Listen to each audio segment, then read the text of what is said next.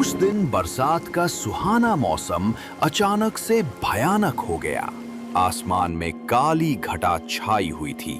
लगातार बरसते हुए पानी की आवाज और बिजली की गड़गड़ाहट ने पूरे माहौल को डरावना बना दिया था।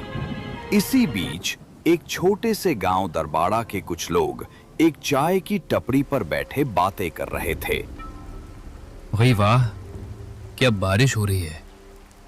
ऐसे बारिश के मौसम में तो गर्मा गर्म अदरक वाली चाय मिल जाए ना तो मजा ही आ जाए। सही कहा। वैसे आज का मौसम बड़ा डरावना लग रहा है। ये बिजली की गड़गड़ाहट और ये मूसलाधार बारिश, सारी गलियां सुनसान पड़े हैं। आज तो कोई परिंदा भी नहीं दिखाई दे रहा है। पता नहीं क्यों ऐसा लग रहा है जैसे कहीं कोई अनहोनी घट रही है। अरे तुम लोग तो बिना बात के ही डरते हो। कहीं तुम्हें किसी भूत प्रेत या छलावे का डर तो नहीं लग रहा है? वैसे सच कहूं तो ऐसी बरसात में छलावे बाहर निकल आते हैं। अरे वो सोनपुर के जंगल का किस्सा नहीं सुना तुमने? आजकल उस जंगल के बारे में बड़ी खबरें आ रही है। तुम लोग तो ट्रक लेकर इधर उधर जाते रहते हो, जरा सावधान रहना।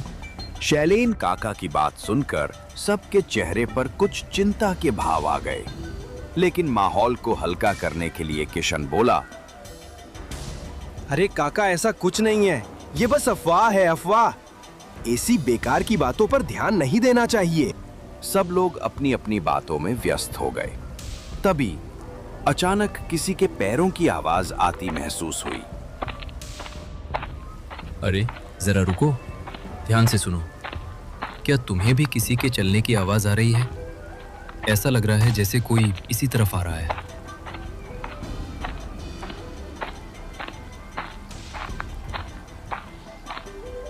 अरे ये तो रघु है।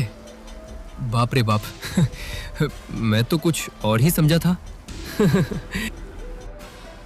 तो क्या तुम मुझे भूत समझे थे?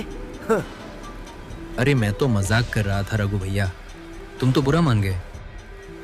हाँ हाँ, ठीक है। मैं तो किशन उस्ताद को बुलाने आया था। उस्ताद, मालिक ने बुलाया है, माल लेकर शहर जाना है। क्या? अरे रघु, ऐसा भी क्या हो गया जो आज बारिश के मौसम में भी मालिक को काम पर भेजना है? और जाना कहाँ है? मुझे नहीं पता, मुझे तो बस बुलाने को कहा। ठीक है भाई, चलो मैं चलता हूँ। मुझे तो काम पर जाना पड़ेगा। तुम लोग बैठकर बातें करो। ध्यान से जाना किशन बेटा, मौसम खराब है। ऐसे मौसम में रास्ते सुनसान होते हैं और बरसात के मौसम में रात में जंगल के रास्ते से सफर करना ठीक नहीं होता। भूत प्रेत और छलावे इधर उधर मंडराने लगते हैं। हाँ काका, आप चिंता ना करें, मैं ध्यान रखूंगा। वैसे मैं किसी भूत प्रेत से नहीं डरता, ये सब कहने की बातें होती है। किशन ने कह तो दिया कि वो भूत प्रेत में विश्वास नहीं करता, लेकिन उसके जहन में शैलेन काका की बात घूमने लगी। वो इसी बारे में सोचता हुआ रघु के साथ ट्रक मालिक के पास पहुंच गया। किशन, तुम्हें माल लेकर अभी शहर जाना होगा। वो सुरेंद्र भाई का बार बार फोन आ रहा है, इमरजेंसी है। और देखो, सोनपुर के जंगल से निकलकर जाना होगा। चले जाओगे ना? पर मालिक, जंगल के रास्ते से ही क्यों? और ऐसी भी क्या जल्दी है कि रात में ही जाना है? क्योंकि सुरेंद्र भाई को सुबह होने से पहले ही माल की डिलीवरी देनी है और जंगल के रास्ते से तुम जल्दी पहुंच जाओगे। सड़क से गए तो दोपहर तक पहुंचोगे, देर हो जाएगी। और हाँ, उनसे पैसों का हिसाब किताब जरा सही से कर लेना। अभी पहले के पैसे भी बकाया है उन पर, समझ गए ना? पर मालिक, वो जंगल तो बहुत घना है और सुना है वहाँ छलावे और पिशाचों का भी डेरा रहता है। अरे चुप कर रघु, ऐसा कुछ नहीं है। ये सब सुनी सुनाई बातें हैं। ऐसी बातों पर यकीन मत किया कर। मुझे माल लेकर जाना पड़ेगा क्योंकि मुझे पैसों की जरूरत है। मालिक, मैं चला जाऊंगा। रघु, चल, तू भी चल मेरे साथ। किशन रघु को साथ लेकर शहर जाने के लिए तैयार हो गया। बिजली की तेज गड़गड़ाहट और भारी बारिश के बीच वे दोनों अपनी अपनी सीट पर बैठ गए। किशन ने स्टेयरिंग को छूकर बजरंग बली का नाम लिया जय बजरंग बली। और ट्रक स्टार्ट कर दिया। लेकिन किशन नहीं जानता था कि जिस रास्ते का वो सफर करने जा रहा है वो उसका आखिरी सफर होने वाला था। वे दोनों रात के उस घने अंधेरे में निकल पड़े। दोनों बातें करते हुए और गुनगुनाते हुए अपनी ही धुन में चले जा रहे थे। जिंदगी एक सफर है सुहाना, यहाँ कल क्या हो किसने जाना। रास्ता बिल्कुल सुनसान था। दूर दूर तक कोई बस्ती या इंसान दिखाई नहीं दे रहा था। जैसे ही वे सोनपुर के जंगलों के पास पहुंचे तो उन्हें एक ढाबा दिखाई दिया। वो देखो, वहाँ एक ढाबा चमक रहा है। बड़े जोरों की भूख भी लगी है। चलो ना, कुछ खा लेते हैं। अरे रघु, भूख तो मुझे भी लगी है, पर ये कुछ अजीब नहीं है। इतने सुनसान जंगल में ये ढाबा, बात कुछ हजम नहीं हो रही है। ओहो उस्ताद, तुम तो कहते हो कि तुम किसी से नहीं डरते। अब ढाबा देखकर डर क्यों रहे हो भला? अरे कितने लोग जाते होंगे इस रास्ते से, इसीलिए किसी ने यहाँ ये ढाबा खोला होगा। चलो ना, चलते हैं। बहुत जोर की भूख लगी है। अरे अभी तो रास्ता बहुत लंबा है। अच्छा ठीक है, चल फिर। दोनों ने ट्रक को सड़क पर एक तरफ खड़ा किया और ढाबे पर पहुंच गए।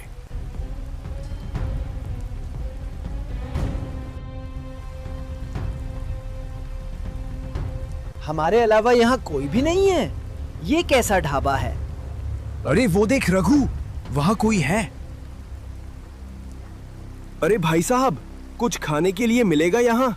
बड़ी भूख लगी है। बैठ जाइए, लाता हूं।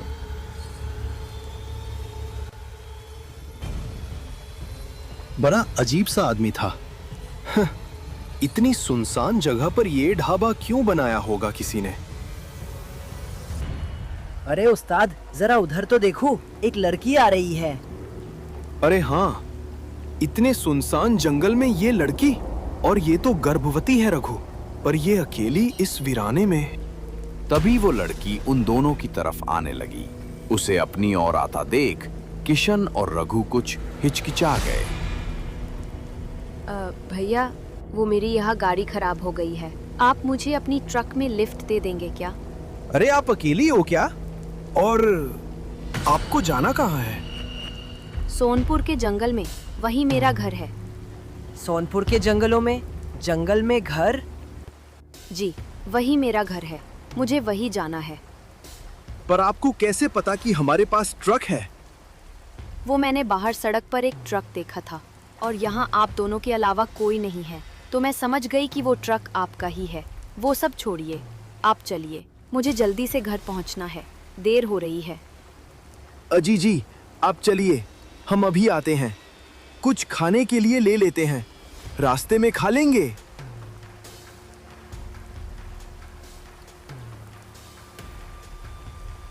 अरे वो ढाबे वाला कहाँ गया? अरे भैया, कोई है यहाँ? यहाँ तो कोई नहीं है। बड़ी अजीब बात है। भागकर तो बहुत तेजी से गया था, पर अभी तक नहीं लौटा। उस्ताद, मुझे कुछ ठीक नहीं लग रहा है। वो लड़की कुछ अजीब नहीं थी, और एक अनजान लड़की को लिफ्ट देना ठीक होगा क्या? उसे मना कर देते हैं। अरे तू पागल है क्या? देखा नहीं तूने? वो पेट से है। इस वीरान जंगल में उसे अकेले नहीं छोड़ सकते रघु। अरे हम भी तो वही जा रहे हैं ना, रास्ते में उसके घर तक छोड़ देंगे ना। चल आजा।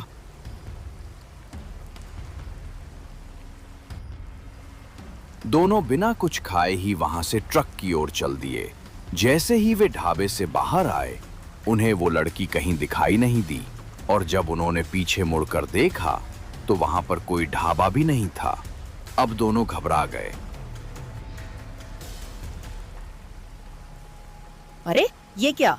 वो ढाबा कहाँ गया? और ये देखो उस्ताद, वो लड़की भी नहीं है यहाँ, और ना ही उसकी गाड़ी है। ये क्या है? इसका मतलब ये सब एक छलावा था। रघु, भाग भाग यहाँ से। अगर थोड़ी देर और यहाँ रुके तो समझ ले आज जिंदा वापस नहीं जाएंगे। भाग रघु, भाग। दोनों जल्दी से ट्रक के अंदर बैठ गए और किशन ने ट्रक को सुनसान सड़क के ऊपर दौड़ाना शुरू किया। रात के 12 बज चुके थे। घना अंधेरा छाया हुआ था। इस समय उस सड़क पर कोई सवारी भी नजर नहीं आ रही थी।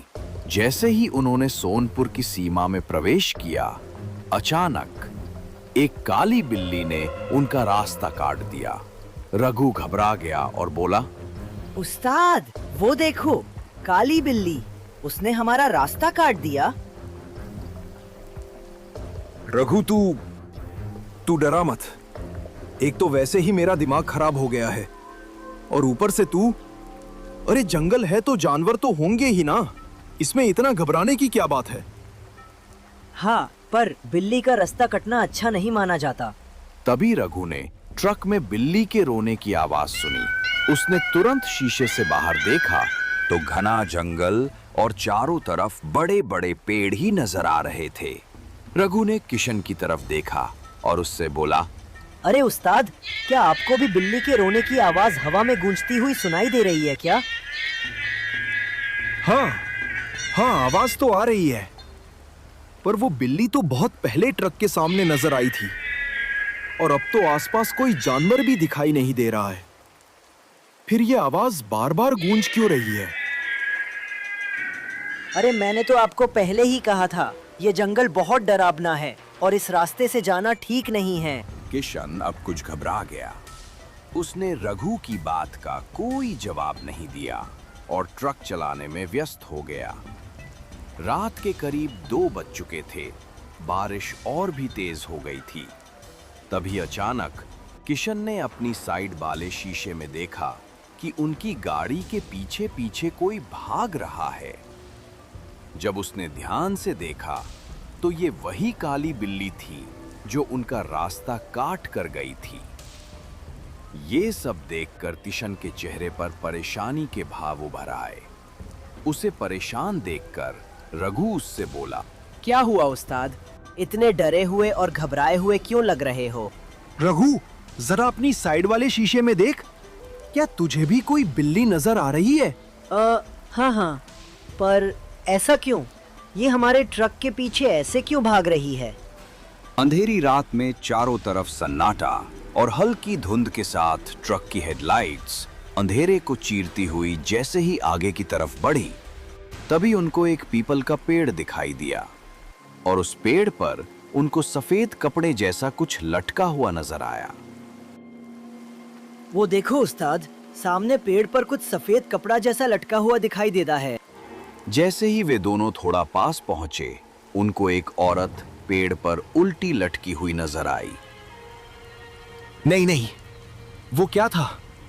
अभी मेरी आंखों ने जो देखा, क्या वो सब सच था? रघु, तूने देखा? उस पेड़ पर कोई सफेद साड़ी में औरत उल्टी लटक रही थी। कहीं ये भी कोई छलावा तो नहीं था? हे भगवान, ये रास्ता बहुत डरावना लगने लगा है। यहाँ पूरे रास्ते में ना तो कोई गाड़ी है ना कोई आदमी, बस कदम कदम पर छलावे दिखाई दे रहे हैं। अब किशन ने घबराते हुए ट्रक को तेज कर लिया। रघु ने घबराते हुए इधर उधर देखा तो बस बड़े बड़े पेड़ और पहाड़ ही दिखाई दे रहे थे। अब जैसे ही वे थोड़ी दूर पहुंचे तो उनके ट्रक के सामने धुंध में एक औरत खड़ी हुई नजर आई। ये वही गर्भवती औरत थी जो उनको ढाबे पर मिली थी। अरे उस्ताद, ये तो वही लड़की है जो हमें ढाबे पर मिली थी। ये कोई इंसान नहीं है उस्ताद, ये छलावा है, छलावा। ट्रक मत रोकना उस्ताद, चलते रहो। किशन ने एक्सीलेटर पर पैर दबाया और ट्रक की स्पीड को बढ़ा दिया। जैसे ही उसने ट्रक तेज किया, वो औरत तुरंत वहां से गायब हो गई और ट्रक धुएं को चीरता हुआ आगे निकल गया। अरे वो औरत कहाँ गई? कहीं वो ट्रक के नीचे तो नहीं आ गई? अरे नहीं नहीं, वो कोई औरत नहीं थी, वो कोई छलावा थी उस्ताद। जरा आप ही सोचो, इस समय इस घने जंगल में कोई औरत कैसे हो सकती है, वो भी अकेली, इस हालत में। सही कहा तूने। अब यहाँ ज्यादा देर रुकना ठीक नहीं होगा। हमें जल्दी से यहाँ से निकल जाना चाहिए। छलावे के डर से घबराहट में दोनों के पसीने छूट रहे थे। अब जैसे ही ट्रक की रफ्तार तेज होने लगी तो अचानक किशन को ट्रक में कुछ खराबी का एहसास हुआ। किशन को जल्दी से माल की डिलीवरी करने शहर पहुंचना था, पर ऐसा अभी संभव कहां था। अचानक से ट्रक में कुछ अजीब सी आवाज होने लगी और थोड़ी ही देर में ट्रक रुक गया। उन दोनों को लगा कि शायद ट्रक में कुछ खराबी आ गई है। वे दोनों ट्रक से नीचे उतरे और चारों टायरों को चेक करने लगे, लेकिन उन्हें कुछ भी खराबी नजर नहीं आई। फिर किशन ने ट्रक का बोनट उठाने के लिए जैसे ही हाथ बढ़ाया, तभी रघु के जोर से चिल्लाने की आवाज आई।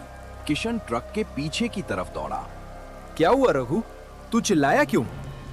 ये बिल्ली, इसने मेरे हाथ पर हमला किया। उस बिल्ली की आंखों में अजीब सी चमक थी। उसकी आंखें लाल और चेहरे पर गुस्सा था। ये सब देखकर दोनों घबरा गए और गाड़ी की तरफ दौड़े।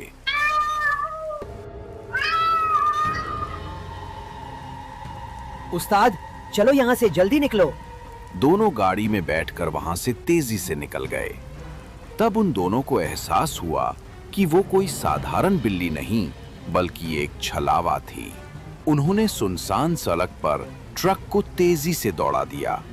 वे तेजी से आगे बढ़ रहे थे। तभी किशन के साथ वाले शीशे में एक औरत दिखाई दी। ये वही गर्भवती औरत थी जो थोड़ी देर पहले उनकी गाड़ी के सामने नजर आई थी। ट्रक के साथ साथ वो भी तेजी से उस शीशे में दौड़ती हुई नजर आ रही थी और अचानक गायब हो गई। उस दृश्य को देखकर किशन और रघु कुछ समझ नहीं पा रहे थे कि तभी एक लाल साड़ी पहने भयानक चेहरे वाली औरत उनके ट्रक के बोनट पर आकर बैठ गई और जोर जोर से हंसने लगी।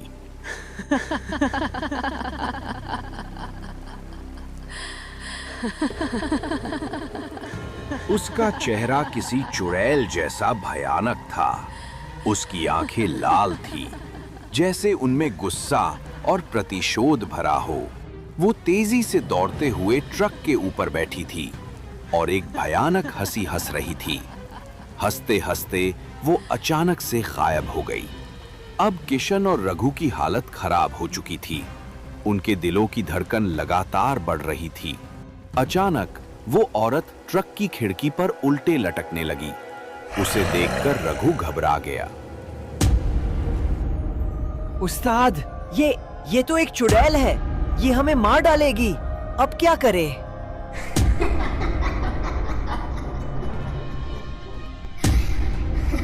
रघु, तू घबरा मत।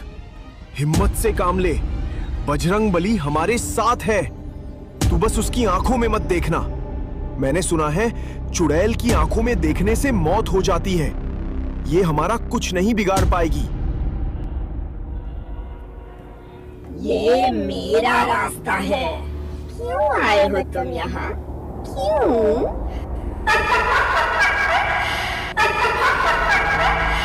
आज मैं तुम्हें नहीं छोड़ूंगी। तुम्हारी हिम्मत कैसे हुई? इस जंगल में कदम रखने की तुम्हारी हिम्मत कैसे हुई? मेरी मर्जी के बिना यहाँ जो भी आता है वो जिंदा वापस नहीं जाता। किशन हनुमान जी का पक्का भक्त था। वो अपने डर को छोड़कर हनुमान चालीसा का पाठ करने लगा। जय हनुमान ज्ञान गुण सागर, जय कपीस तिहु लोक उजागर, रामदूत अतुलित बलधामा, अंजनी पुत्र पवन सुत नामा। महावीर विक्रम बजरंगी, कुमति निवार सुमति के संगी, कंचन बरन विराज सुबेसा, कानन कुंडल कुंचित केसा। जैसे जैसे किशन हनुमान चालीसा बोल रहा था, वो चुड़ैल बेचैन हो रही थी। वो अपने कानों को बंद किए छटपटा रही थी। जय बजरंग बली। नहीं, रुक जा। इस आवाज से मेरा शरीर जल रहा है। रुक जा, नहीं तो अच्छा नहीं होगा। तू आज मेरे हाथों से नहीं बचेगा। उस्ताद, ये तो पीछा। आवाज से मेरा शरीर जल रहा है। रुक जा, नहीं तो अच्छा नहीं होगा। तू आज मेरे हाथों से नहीं बचेगा। उस्ताद, ये तो पीछा ही नहीं छोड़ रही है। हनुमान चालीसा के प्रभाव से ये कमजोर पड़ गई है। अब ये अंदर नहीं आ पाएगी। हे प्रभु, हे बजरंग बली, आज बचा लो, फिर कभी इस रास्ते से नहीं आऊंगा। प्रभु, जब तक रोशनी नहीं मिलती तब तक ये हमारा पीछा नहीं छोड़ेगी। अब तो सब बजरंग बली के हाथ में है। अब बारिश रुक चुकी थी। हल्का सवेरा होने लगा था। दूर कहीं मंदिर से घंटे की आवाज आने लगी। उस भयानक औरत का छलावा मंदिर की घंटियों की आवाज और सुबह की रोशनी से बेचैन होकर धुएं में घुलकर गायब हो गया। रघु, देख, हम बच गए। बजरंग बली की कृपा से हम बच गए रघु। जय बजरंग बली।